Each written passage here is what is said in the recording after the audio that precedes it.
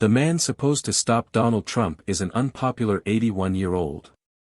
In failing to look past Joe Biden, Democrats have shown cowardice and complacency.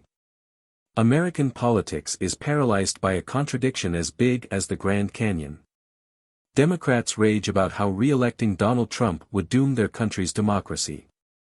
And yet, in deciding who to put up against him in November's election, the party looks as if it will meekly submit to the candidacy of an 81-year-old with the worst approval rating of any modern president at this stage in his term.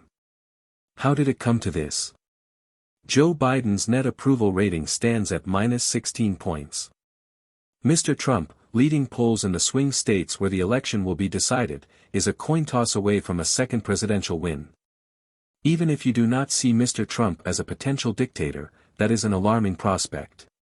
A substantial share of Democrats would rather Mr. Biden did not run. But instead of either challenging him or knuckling down to support his campaign, they have instead taken to muttering glassy-eyed about the mess they are in. There are no secrets about what makes Mr. Biden so unpopular. Part of it is the sustained burst of inflation that has been laid at his door. Then there is his age. Most Americans know someone in their 80s who is starting to show their years. They also know that no matter how fine that person's character, they should not be given a 4-year stint in the world's hardest job. Back in 2023 Mr. Biden could, and should, have decided to be a one-term president. He would have been revered as a paragon of public service and a rebuke to Mr. Trump's boundless ego. Democratic bigwigs know this. In fact, before their party's better-than-expected showing in the midterms, plenty of party members thought that Mr. Biden would indeed stand aside. This newspaper first argued that the president should not seek re-election over a year ago. Unfortunately, Mr. Biden and his party had several reasons for him fighting one more campaign, none of them good. His sense of duty was tainted by vanity. Having first stood for president in 1987 and labored for so long to sit behind the resolute desk, he has been seduced into believing that his country needs him because he is a proven Trump beater. Likewise, his staff's desire to serve has surely been tainted by ambition. It is in the nature of administrations that many of a president's closest advisors will never again be so close to power. Of course, they do not want to see their man surrender the White House in order to focus on his presidential library. Democratic leaders have been cowardly and complacent.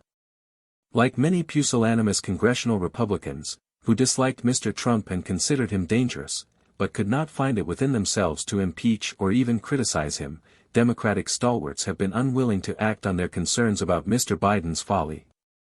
If that was because of the threat to their own careers, their behavior was cowardly. If it was thinking that Mr. Trump is his own worst enemy, it was complacent. Mr. Biden's approval ratings have continued to slide, while the 91 criminal charges Mr. Trump faces have, so far, only made him stronger. Given this, you might think that the best thing would be for Mr. Biden to stand aside. After all, the election is still 10 months away and the Democratic Party has talent. Alas, not only is that exceedingly unlikely, but the closer you look at what would happen, finding an alternative to Mr. Biden at this stage would be a desperate and unwise throw of the dice. Were he to withdraw today, the Democratic Party would have to frantically recast its primary, because filing deadlines have already passed in many states and the only other candidates on the ballot are a little-known congressman called Dean Phillips and a self-help guru called Marianne Williamson. Assuming this was possible, and that the flurry of ensuing lawsuits was manageable, state legislatures would have to approve new dates for the primaries closer to the convention in August. A series of debates would have to be organized so that primary voters knew what they were voting for. The field could well be vast, with no obvious way of narrowing it quickly. In the Democratic primary of 2020, 29 candidates put themselves forward. The chaos might be worth it if the party could be sure of going into the election with a young, electable candidate. However, it seems equally possible that the eventual winner would be unelectable, Bernie Sanders, say, a self-declared Democratic socialist who is a year older than Mr. Biden. More likely, the nomination would go to Kamala Harris, the vice president. Ms. Harris has the advantage of not being old, though it says something about the Democratic Party's gerontocracy that she will be 60 in November and is considered youthful. Unfortunately, she has proven to be a poor communicator, a disadvantage in office as well as on the stump.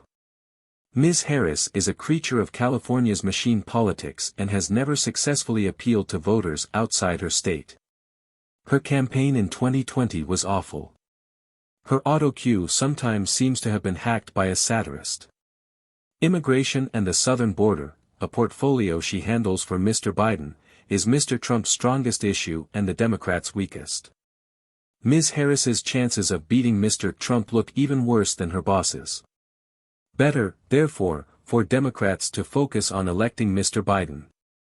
The economy promises a soft landing, workers are seeing real wage growth and full employment. Were Mr. Trump convicted, he could yet be punished by voters.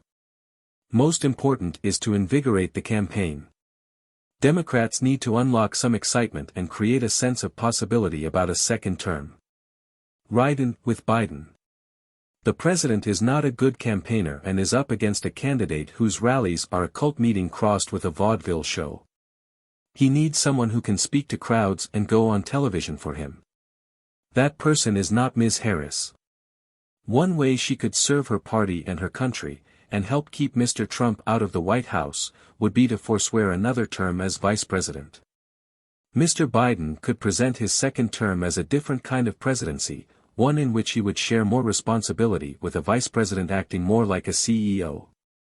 Either way, Mr. Biden needs the help of an army of enthusiastic Democrats willing to campaign alongside him. At the moment he and his party are sleepwalking towards disaster.